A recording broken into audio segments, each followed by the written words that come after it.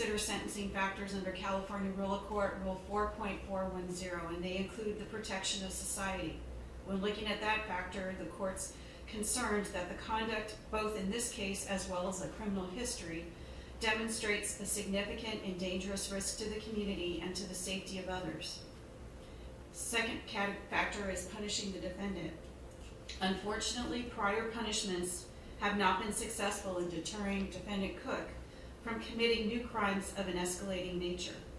While Mr. Cook did things to better himself, such as obtaining a GED and some of the certificates presented today to the court for consideration, that alone hasn't deterred Mr. Cook from leading a life of crime. Another factor the court is required to consider is encouraging a defendant to lead a law-abiding life in the future and deterring him from future offenses. Unfortunately, the collective 27 and a half years of jail, prison, custodial time that was ordered by prior courts as collectively had no impact in deterring defendant Cook from future offenses, even the most recent stint of 17 years in state prison for the attempted murder, his second strike. Another factor the court is required to consider is deterring others from criminal conduct by demonstrating its consequences. In this case, the defendant's crimes are escalating in severity, and the sentence should deter not only Mr. Cook but others from engaging in such criminal conduct. Item number 5, preventing the defendant from committing new crimes by isolating him for the period of incarceration. I do agree with the people in their brief that the previous methods to try to rehabilitate Mr. Cook have failed, and isolating him for a period of incarceration is necessary. The court also is to consider under Rule of Court 4.421 circumstances and aggravation. Some of those are duplicative of what I just mentioned. One of the factors includes A1, did the crime involve great violence, great bodily harm, threat of great bodily harm, or other acts disclosing a high degree of cruelty, viciousness, or callousness. We have a victim who died from 66 stab wounds, stuffed into his body into a 55-gallon drum with steps taken to try to ensure that the body would never be found by drilling holes in the drum, attaching cinder blocks, hoping that it would land in the bottom of San Diego Bay, never to be found by anyone. There was also evidence during the trial that he lied to others, particularly his brother and the decedent's family, at a time when the decedent was presumed to be not only missing, but at that point deceased. And as noted, trying to convince others to provide a cover-up or alternative possible facts, suggesting that they lie or fabricate evidence.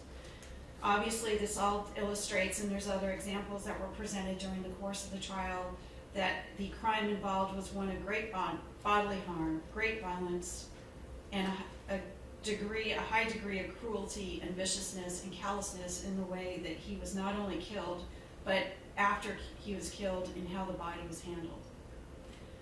Another factor in aggravation is that the defendant, per the jury verdict, was armed with or used a weapon at the time of the commission of the crime. In this case, a knife that was used 66 times, according to the medical examiner, of stabbing Mr. Medina.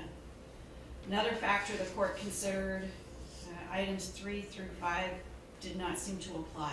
Item 6, defendant threatened witnesses, unlawfully prevented or dissuaded witnesses from testifying, suborned, perjury, or in any other way illegally interfered with the judicial process. Although this did not come out before the jury, there was evidence, as mentioned by Ms. Somerville, that defendant Cook, while in custody, tried to convince family members to help mask evidence, plant evidence, or how they should testify, albeit inaccurately, regarding key pieces of evidence. Another factor in aggravation is the manner in which the crime was carried out, indicating planning, sophistication, or professionalism. The covering up of the crime scene, disposal of evidence, the changing of cell phone numbers, the kites, the disposal of the body, the way in which it was disposed, all go towards aggravation in this case, as already mentioned. Another factor is attempting or actual taking or damage of great monetary value. The people presented evidence to the jury. It's not clear impact that had, but there was evidence before the jury that the defendant had knowledge of the victim's $80,000 in a checking account, and defendant had in his possession the information needed to access that account. I will clear up that it was clear, though, that he did not actually access the account. That was from the evidence. Other factors in aggravation include regarding the defendant himself. One of the factors is the defendant has engaged in violent conduct that indicates a serious danger to society. I've already gone through the criminal record. I summarized it. The probation report further outlines in greater detail, starting on page 10, his prior criminal record. And obviously, stabbing a victim 66 times is violent conduct, amongst what I've already mentioned. Another factor the court is to consider is his prior convictions as an adult or sustained petitions in juvenile delinquency proceedings, which are numerous and increasing in seriousness. I've already referenced that previously. Has he served a prior prison term, subdivision B3, in prison or county jail? He's had 3 prison terms, prior prisons. One in January of 1990, in which the 3 vehicle theft cases he spent time in state prison for. The first strike offense in June of 1992 for the home invasion of 4 years, and then 17 years he was sentenced to for the attempted murder second strike. Another factor the court is to consider in aggravation is that defendant was on probation, mandatory supervision, post-release supervision, or parole when the crime was committed. He was not on any of those at the time that this offense was committed, but as I've noted already, it was a very brief, relatively speaking, period of time between the first strike and the second strike when he was off parole, and the second and the third strike.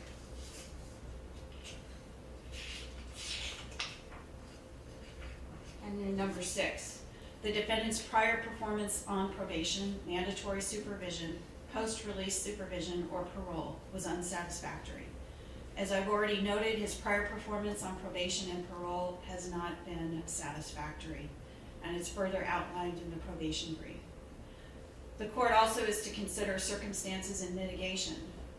There is one aspect, potentially, about his prior family history, but otherwise there is no mitigation factors when I go through the criteria under California Rule of Court 4.423. There were none relating to the crime, and the factors relating to the defendant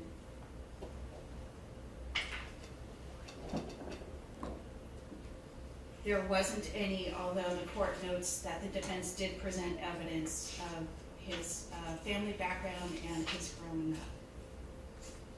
So having said that, in looking at the facts of this case, the sentencing objectives, the factors of mitigation and aggravation, there is no reasonable, justifiable basis for which this court would strike any priors under Romero or Williams or under Penal Code Section 1385.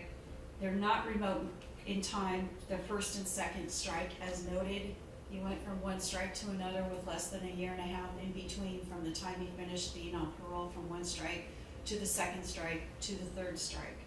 So from looking at the case law, it would not be appropriate for this court to grant the defendant's request.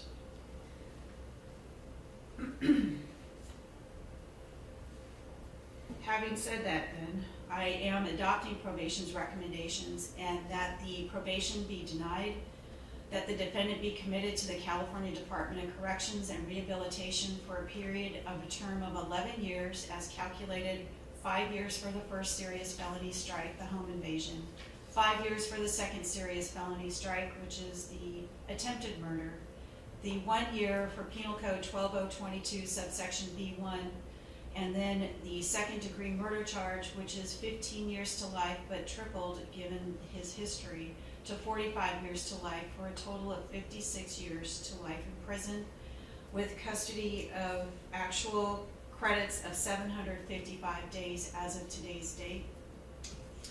The restitution fund fine is ordered in the amount of, under Penal Code 1202.4 subsection B. I'll give the minimum amount, which is the $300. I want him to focus on paying back the victims in this case. The victim amount is the $21,437.45. That is the restitution amount that is owed. An additional restitution fine pursuant to Penal Code 1202.45 in the amount of $10,000 is stayed but remains stayed and so unless defendant's supervision is revoked. There's a court security fee pursuant to Penal Code 1465.8 in the amount of $40.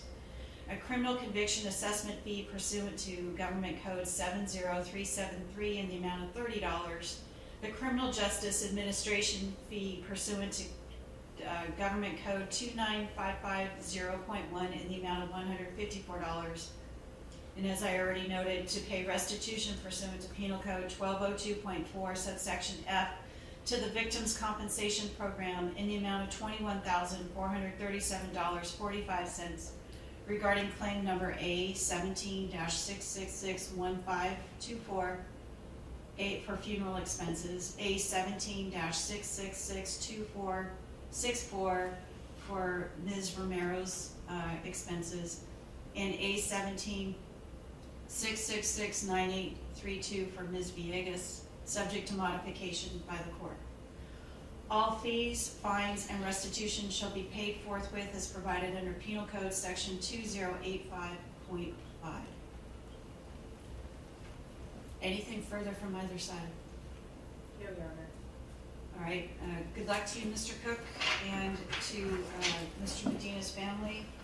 I send my condolences to all of you, and good luck to everyone. Thank you.